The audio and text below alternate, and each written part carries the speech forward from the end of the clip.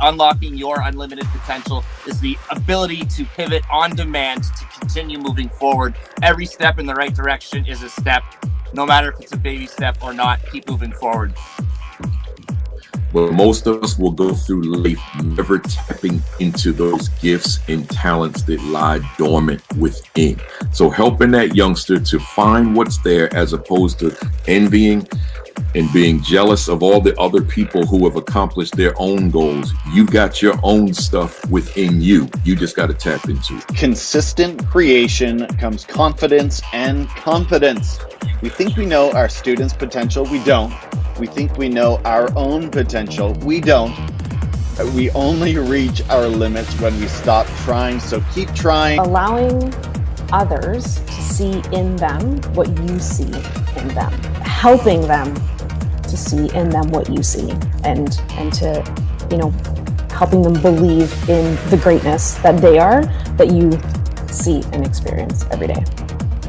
Giving somebody a chance and being there to support them through it. It means your potential is unlimited. Focus on that. It is an infinite process. It's an infinite progress. You're constantly taking steps to improve. Don't ever chase got it. Don't ever chase that moment. Don't ever chase it, whatever that is, unless it is constant progress. So focus on the unlimited portion of this. That you don't chase somebody else. Don't chase an arbitrary moment in time, a momentary accomplishment, a certificate, a label, a title. Just keep getting better every day. If we're doing that work, or somebody else is doing that work on us, and at this point, I think the children does that work on each one of the staff and each one of the people that get involved in Casa Hogar. They get unlocked their potential by the children. So once you get involved with children, working with children, it's not what you do with them, it's how the children impact in your life to unlock that unlimited potential that you have, and then they're going to see the benefits from it. Unlocking unlimited potential means empowering others to take the risks they need to become exactly who they can be. Help that kid find what they're truly passionate about and what keeps them up at night working and what wakes them up early and what gives them that sense of wow. And I want them to find what they're good at, to really identify their strengths. That's the thing, because of school and because of the model that we use for school, where we're really focused a lot on weaknesses and trying to level up those weaknesses. For me, brother, I just want that kid to identify what they're passionate about and what their strength is. And then getting clear about how we can help that kid use that potential and use that strength to go out into the world and make a difference in the lives of other people.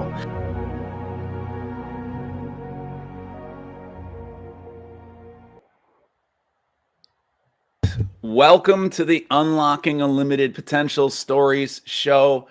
So great to be here with my special guest, Lainie Rowell. How you doing today? I am so good. And that intro, wow. I mean, this is very professional and also really inspiring. I just love it. Every single time I watch that, I get pumped up for the show. So it's kind of turned into a natural habit that I have to have it on so that I get jacked up. So I'm jacked up to be here with you, and excited to talk about all the awesome stuff that's been going on. Had a chance to chat a little bit in the pre-show, and we've been following each other for a while and trying to get connected, and great to connect with you. So I'm excited to dive in today. Title of the show, Evolving Learner, named after your most recent publication with Corwin. And you are an educator, a speaker, an international consultant, and also currently in George Corus's most recent release, Because of a Teacher, along with some other awesome people. Shout out to Steph, shout out to Livit, and all those other awesome people that were in that book as well. The co-host of the Lemonade Learning Podcast, and always one of the best highlights, you're also a TEDxer. So how'd I do? Did I do good? That was very generous of you. And I just want to start off by saying I'm super honored to meet you. I guess we call this face-to-face or not, but as close as we're getting. Live, and just really grateful to be here. So thanks for having me. Yeah, no, we were also talking a bit about it on the pre-show, talking about how the connections that we've made with each other and been able to make across the globe in the past 2 years since the beginning of this shift with this pandemic have really been wild and really led to some really interesting discoveries and some amazing connections. So just grateful for them. And I know we'll probably dig into that because we're going to talk about your next book, Evolving with Gratitude. So big fan of gratitude. Important to have that in all of our lives. So let's just dive in. You know, Please. I know there's a lot of our people out there that know you and also many of our listeners that may not. So describe your journey into education. How did you end up on this path that you're on right now?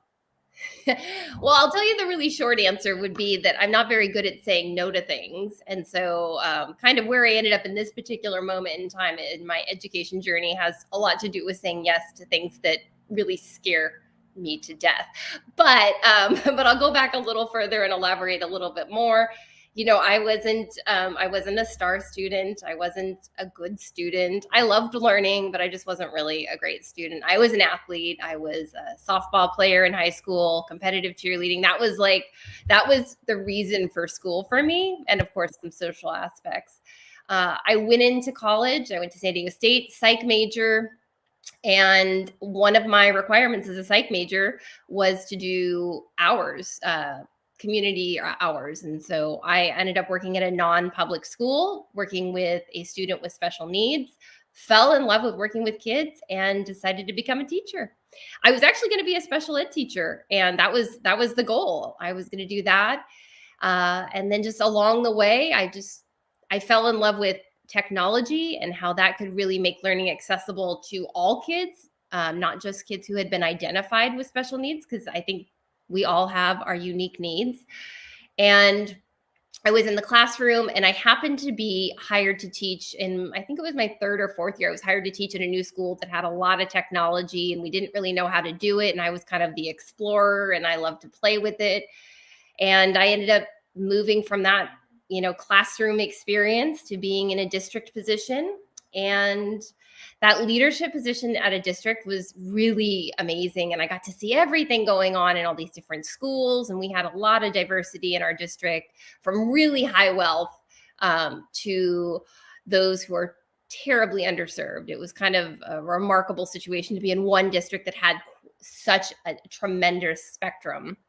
And I kind of had this opportunity where in 2010, Apple came to me and offered me a consulting position, and I took it.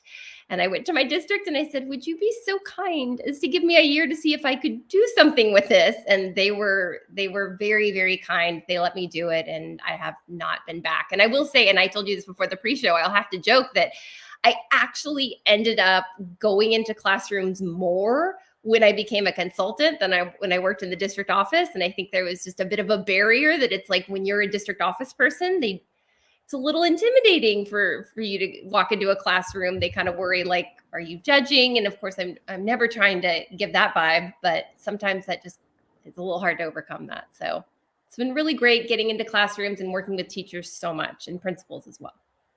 Yeah, that's a real valid point that you bring up, that whole idea of perception of you going into somebody else's room. Now you're the cool person from Apple. You're like the ed tech guru. Now all of a sudden you're going into the classroom. Now you're the person who's going to show them all these amazing things. Everybody's going to have a ton of fun. You get to go in and do the thing, all the great things. Of course, you know, you're the one they want in the classroom, and it's a pretty amazing thing. And I think there's a reason it's been going on for the past 11, 12 years is, you know, you found something that you're passionate about and that you enjoy, and you connected it to your service of students. And I think that that's a really valid and amazing thing that I think is important to find on the journey, right? Yeah. And I think one of the things that's been really fascinating to me in my career, my journey, is that, like, the things I'm passionate about are also evolving. So I am still very passionate about educational technology, but through my work with that, and a huge shout out to Alan November, who's been a mentor to me for probably about 15, 16 years. He gave me the opportunity to keynote at his conference in 2014.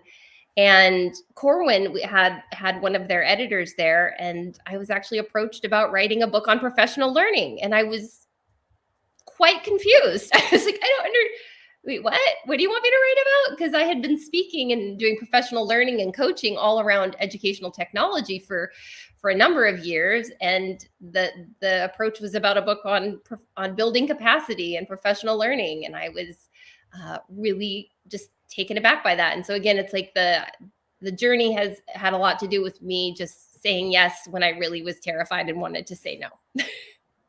And challenges are certainly opportunities for growth. And that is a prime example right there. You know, you go into these situations and you find yourself taking on something that you actually enjoy, and then COVID happens. So what was COVID like for you being in this ed consulting position with Apple? So, well, and I haven't worked for Apple for a while. I did end up kind of moving on from that. And now I'm like, my biggest client now is Orange County Department of Education. And I do a lot of other going into individual schools and districts and things like that. I also have a pretty extensive background in online and blended learning. I was on the committee that wrote the National Standards for all online quality teaching, or National Standards for Quality Online Teaching. That's a mouthful. And I've been involved with online and blended learning for a very long time. We had it in my district. We were one of the few districts that actually had online learning because the way our funding worked, we didn't need to have that compliance with actual butts and seats. So been really involved in online learning. So, and I'm sure you've heard other people say this, you know, those of us who have a strong history with online learning, when that happened, to hear people kind of tearing down online learning, like this is not as good, this is terrible, how could we subject our kids to this? And it's like, no, this is, you know, this is a very different thing. And so it was a real opportunity to take what I knew from my work with amazing online teachers and amazing online administrators, to take that work and say, okay, well, this is not that, because these kids and these parents and these teachers did not choose this. But we know these things work well. And how can we take what we know is best practice and apply it to this emergency situation and try and get the very best out of this? So there was some like challenging identity things for those of us who've been in this community for a long time, to hear that negativity, because we know people didn't ask for it, but at the same time, we also know the value in it. So it was a lot of trying to have grace and patience, and well, here's what we know has worked for us, and we really think you could try this and adapt it, and we think it could help you get through this really, really challenging time. Once again, finding troublesome areas to go into that require lots of challenges, and saying yes, and digging in and finding solutions. I think that's also a big part of it, you know, in our stories related to how we go about and how we landed on this journey. And I think that, you know, hearing your part of the story of, you know, it just, as I'm hearing you say these things out loud over and over, it's just, you just keep finding like another hurdle to overcome. And I think that that's helpful. I think that that's what keeps us alive. I think that's, you know, being able to go through those times, and also, you know, keeping at the point of the real main goal is that you're serving. It's the service, you know, it's finding those solutions. And we really have needed to do that in the past. And if there's anything we've learned in the past 2 years, is that nothing's ever going to go as planned. Oh no. And I mean, I think I can share this on behalf of my co-authors for Evolving Learner. I mean, that book was many years in the works. I started that, at least thinking about it, in 2015. And then I invited Dr. Christy Andre and Dr. Lauren Steinman to join me on that journey. We spent years on that book, and the launch date was March 13th of 2020. I'm not even kidding. Wow. That was the exact date. And so these obstacles that come towards us, we have to go, okay, well, how can I pivot? How can I adapt? How can I evolve? And so even though like our kind of, you know, internally we're sad, I'm again speaking for Christy and Lauren, and hopefully they won't mind, but it was really heartbreaking. But it was like, no, well, there's an opportunity here. We know that the things that we're sharing are still really important. And so how can we help teachers? How can we promote that collective efficacy, that self-efficacy? How can we have this unifying vision? And it was really kind of this convergence, at least for me personally, of like taking what I knew to be truth and best practices from online learning and saying, okay, well, now how do we, through cycles of inquiry, through continuous improvement, how do we apply this idea of being an evolving learner?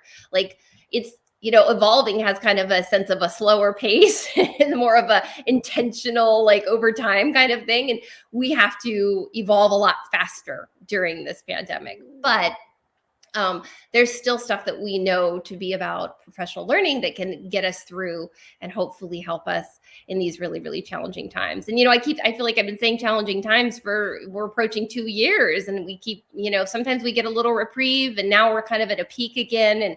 And I just really hope that the educators who are taking the time to listen to this, and I know they're really busy, I hope that they know that they can do this, and it's okay to take some things off their plate and really start to focus on the things that are going to be the most impactful for their learners, for themselves, for their peers. I think it's a time to kind of just strip away the things that we don't actually need right now and focus, what can we do that will have the biggest impact?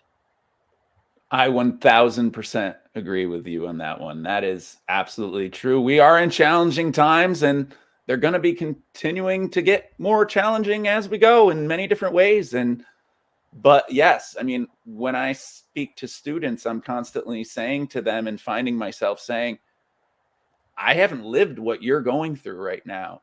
And you're going through something that we're all going to look back on in 5-10 years and be like, wow, that was intense. That was different. And Yeah. I think that, I think we're moving through, and we're getting there and doing our best. And shout out to all the amazing educators out there that continue to crush it and show up for your students in multiple ways, doing the extra things, the extra hours, putting things in hybrid, putting things in virtual, putting things in person. It is a juggling act. And, I know you talk a lot about this book, was coming out March 13th, 2020, which is pretty amazing. So talk a little bit more about the book and a little bit about, I know the story, I hear the story behind it, but talk a little bit more about how are the learners that we have evolving, and what kind of tips do you give for educators to help them continuing to guarantee that there is evolving and learners in front of them to the best of our ability? So the book, the big idea behind the book is that we can shift from professional development to professional learning, where we're learning from our kids, peers, and the world. So what we have every day, every time we get to interact with our kids, is an opportunity to grow. It's an opportunity to learn from and with them. And so the first part of the book, we're really talking about how there's so many opportunities you can think of it like through formative assessment, where I can see what's happening. And that's not only going to help me to coach and to facilitate the learner, but it's also going to be informing my practice. So I know what's working and what's not working. So I can evolve and I can pivot based on that. We also can shift. And this is, we had, emergency situation, so not ideal, but there is an opportunity to, as wherever we are in this situation, to really think about how can we shift to more learner-driven practices. And so whether you want to call it inquiry-based or PBL or challenge-based learning or what, there's a lot of different methods that we could attach to that learner-driven concept. But that idea where when we are really allowing kids more opportunity for inquiry, and we're able to strategically insert ourselves. We're there guiding them, but that's our opportunity to learn again with our kids. And so that's really what we want to do. We want to give those opportunities. And then through learning with peers, that's where we're kind of talking about coaching and PLCs. I know you had Jimmy Casas on here. He's an amazing coach. I love that he's out there coaching leaders right now. And I love that you both shared that it was a long time before you ever had a coach, right? And so we need to be coaching. If we don't have an actual district or site person who's a coach, we need to be coaching each other. And so that can happen in a variety of ways. We talk about that in the book. We talk about learning from the world, and you and I have already shared this, I think before the show and during the show, is that there's so many ways for us to learn by connecting with people on social media. We just have, I mean, I just don't even know what I would have done in this situation pre social media. This has been a lifesaver for me to be able to connect with people anywhere in the world. And I've been an international consultant for a long time, but I didn't really love leaving my family for long periods of time and getting on a plane and going to a different continent. I mean, it was a fun experience, but I have young children. And so the ability to actually connect with people in India, to connect with people in China, in, Brazil, like I get to connect with people all over the world. And that to me is just mind blowing as a way for me to learn. It's also an opportunity for our kids to learn. One of the things I did when I was in the classroom, and one of the things I still help educators do, is get kids connected to other kids and other people around the world so that they can continue to learn. So there's just, I can tell I get pretty excited about it because there's just so many more opportunities to learn than when I was a kid, which is a very long time ago. But for me, it was either someone really smart was around me or there was an encyclopedia within reach. Otherwise, there was no answer. If I had a question, I wasn't going to find the answer unless I had someone smart or an encyclopedia close. So. That's great. The encyclopedia days. Imagine that our students had to look in an encyclopedia right now. I don't know if they'd know where to go. I don't know. Maybe they would. I don't know, but it's a lot easier to Google it. Just saying. It is. But, and when I love what you're saying about that as well, and I'll just kind of add to it as well, teachers are learning from these worldly experiences too, being able to see what a teacher is doing in Canada. And, especially during, times where there was the pandemic, there were certain people in certain parts of the world going back to school before others. And I just remember kind of sitting on the edge of my seat and waiting to hear what that was like. Oh my God, they went back to school. Oh my, what was that like?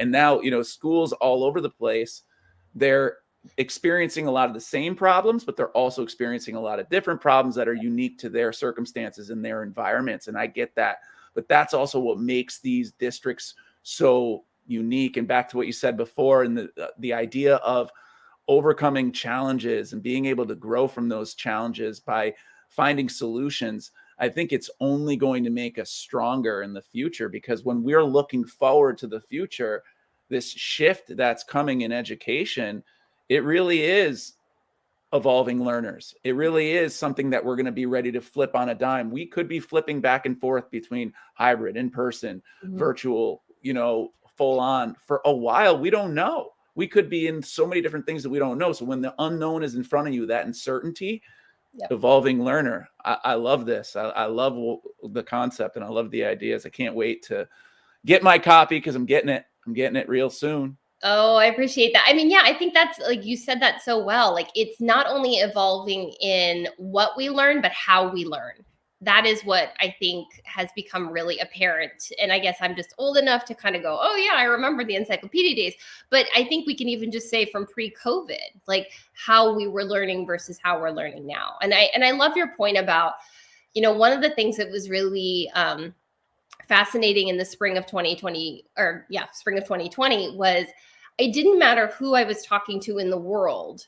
We were all experiencing a very similar thing. We were all in shutdown. We were all trying to figure out how to make the best learning experience for our kids. It was such a unique, and while it was tragic and sad, it was still this very unifying moment in time that I don't know if we'll ever get in the same way, but so there was something tragic, but also beautiful in that. And I think that was a really interesting thing for me to go like, okay, this is a community. And I will tell you that I was on Twitter starting in 2007. I think that's the year it launched. And I was not the best user of Twitter. I was a lot slower to get to, I know Instagram came later, but slower to that. But I have definitely in the last, since March of 2020, that has been a lifeline for me. And I think it's helped a lot of others. And I know that there's not always positivity on there, but I have become really good at filtering out and doing more of, like Austin Kleon will say, more search, less feed.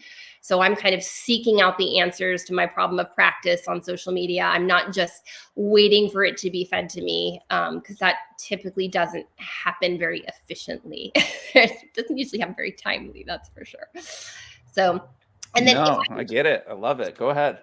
I just want to share one more thing about the book. No, absolutely. I was going to ask you another question anyways. To Oh, dig deeper, okay, so sorry. no, go ahead. Go ahead. Keep going. Well, so I just want to say, and so again, I was a psychology major, and I always loved character education. That was a huge part for me in my classroom. And then the book and my amazing co-authors really helped with this. It's a theme throughout the entire book is social emotional learning, not just for kids, but also for adults. And so I really think it's almost like everyone's saying that now. So it kind of becomes a little bit of white noise, but I just cannot stress enough how important that is. And I'm just really grateful that that was something we had in the book pre-pandemic, because obviously it's become a huge spotlight right now. Certain things change and certain things just evolve, right? And that evolve is not completely changing what we did in the past completely and not doing it using any of that foundation, because those foundational skills are there. It's building on those foundational skills that we have in place. I truly appreciate that. You know, you're talking about in your book, it's about professional learning, shifting from professional development to professional learning, right? One thing with professional learning, and you're talking about it too, with social media and how there's some amazing people out there on social media. And those people that are out there connecting on social media, those are not the ones I worry about. Okay. They're the ones out there that are doing, you know, they're going above and beyond. They're out there spending their extra time, their free time, you know, their time away from whatever else to just kind of continue to learn, to continue to grow, to continue to connect and network in whatever way. The other thing is, okay, there's those other people that are, you know, not necessarily looking for professional learning. They're not necessarily, you know, they might show up to a meeting and not necessarily be their bag and not what they want.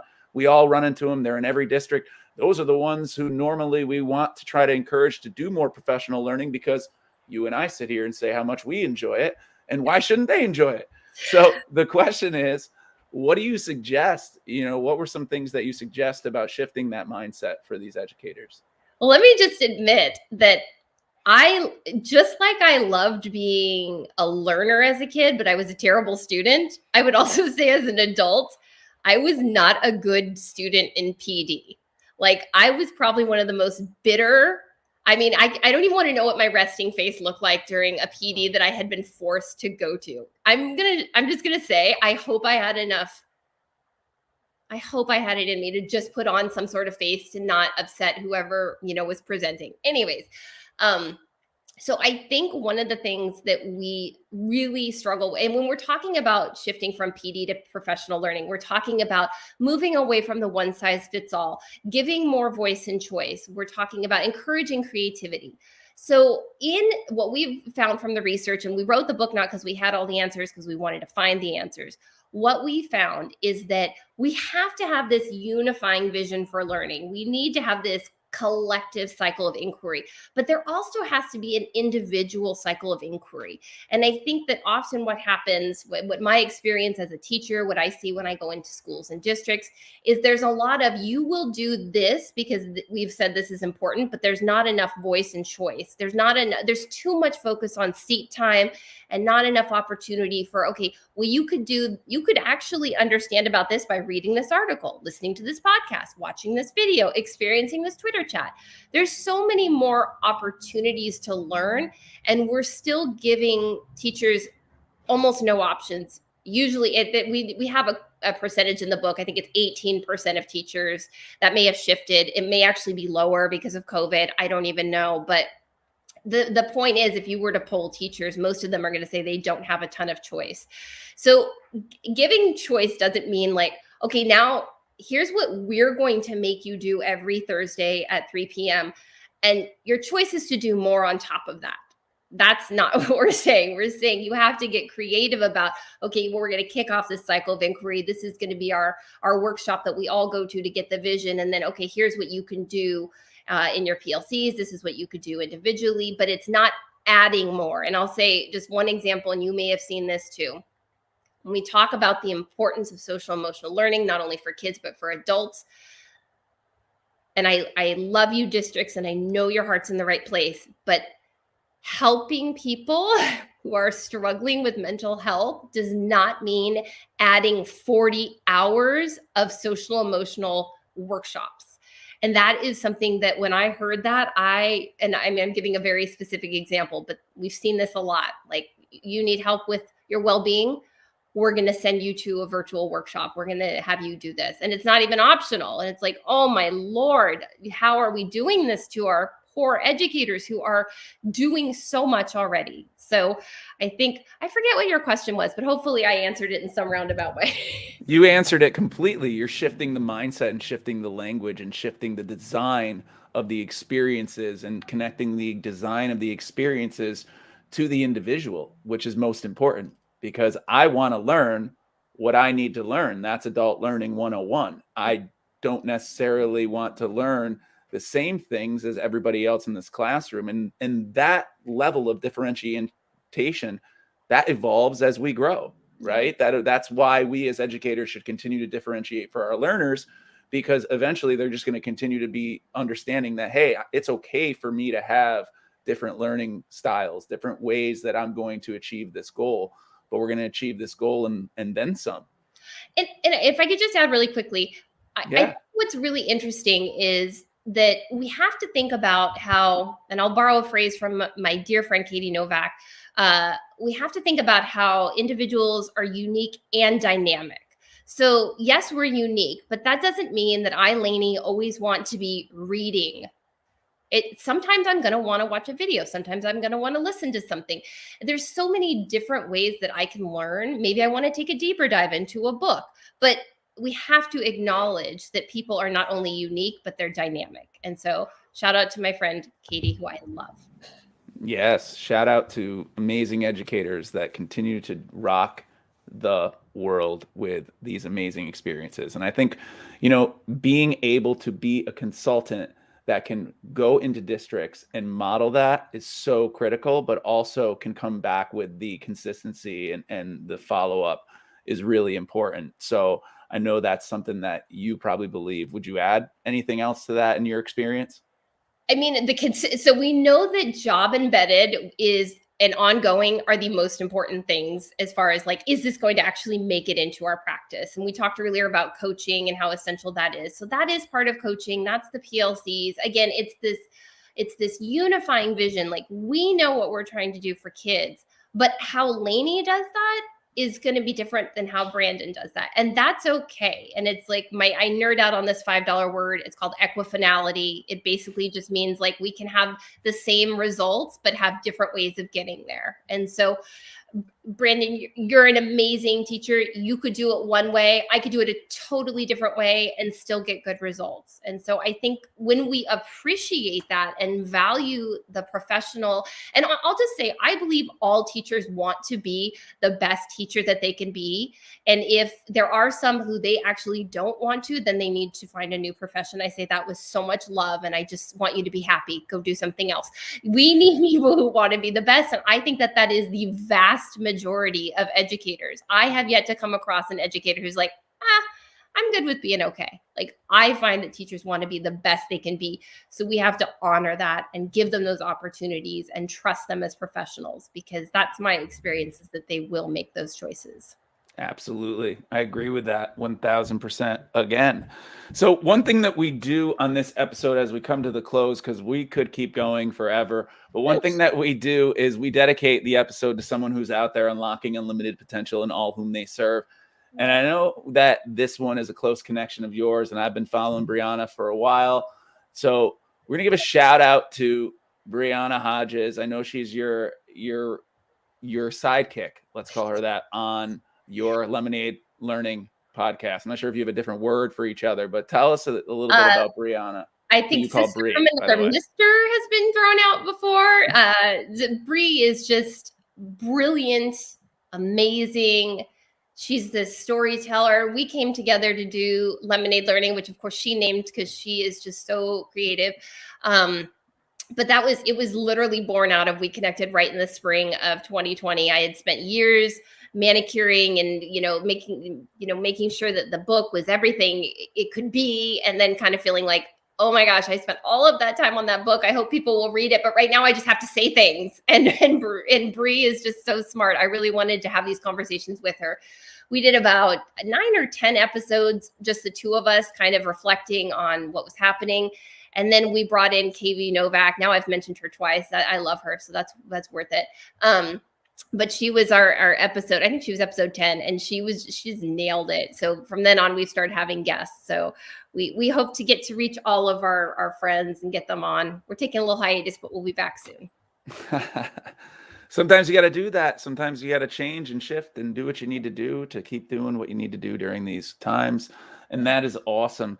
Well, one more thing I got to ask you to do before you go is I need you to just finish this sentence. Unlocking unlimited potential means. Unlocking unlimited potential for ourselves and for helping others is about aspiring for great things, knowing we're capable of great things, and then staying consistent in the daily rituals and habits that's going to get us there. I'm a big James Clear fan. Yes. I love how he talks about the importance of consistency over intensity. I think that we often think it's about intensity, but it's really about sticking with it and doing the things all the time. And that's what's going to get us there. I totally agree. You know, you talk about a lot of great things that you're doing in your work, and you have some amazing things coming. I know you have another book coming. We talk a little bit about, give us a little bit of the elevator pitch on the next book. Yes. So the next book came out of actually my reflecting on because I do feel very blessed. It wasn't that I didn't experience challenges during the pandemic that we're obviously still in, but it was really reflecting on how was I able to not only survive, but thrive on this. And gratitude was what I kept coming back to. I would go back and listen to podcast interviews and I would hear myself talking about gratitude. And so I decided to do this really deep dive on it. Found all the research, all this, gratitude improves relationships, well-being, and also has an impact on academic success. And so I was just kind of blown away, like, oh my gosh, gratitude it's not just about school culture, which is very, very important, but it actually has a direct impact on learning. And so I knew I needed to unpack this a little bit more, decided to really dive into it. So Evolving with Gratitude, I'm very, very excited for it. It's going to follow kind of what I've always used as my kind of organization of learning with kids, learning with peers, learning with the world. So it's going to be Evolving with Kids, Gratitude with Kids, Gratitude with Peers, and Gratitude with the World. I'm super excited for it mid this year, mid 2022. That's awesome. Amazing. I can't wait. I cannot wait to hear more about it. I can't wait to read it. Oh. Gratitude is such a thing that we think that kids don't really need to practice, right? Yeah. And so there is a practice, and I think we all become aware of it when we're adults, like, wow, gratitude's really a thing. I really have been grateful. I'm now older. Yep. So I'm looking back at my life and how fast it's all come, and you're saying gratitude. Wow. Well, I need to have a little bit more gratitude. Yeah. And I dove into what we know about it from a child development perspective. We know that, when we start building character early on, by the time they're about 7 or 8, they can consistently practice gratitude. And so, we lay that foundation, but then also, how do we show gratitude for each other? And I would be remiss if I didn't say thank you to George Couros and Paige Couros, because they have really helped me, and Shelly and Dave. They're all a part of this with I Am Press putting this book out, and I'm just so honored.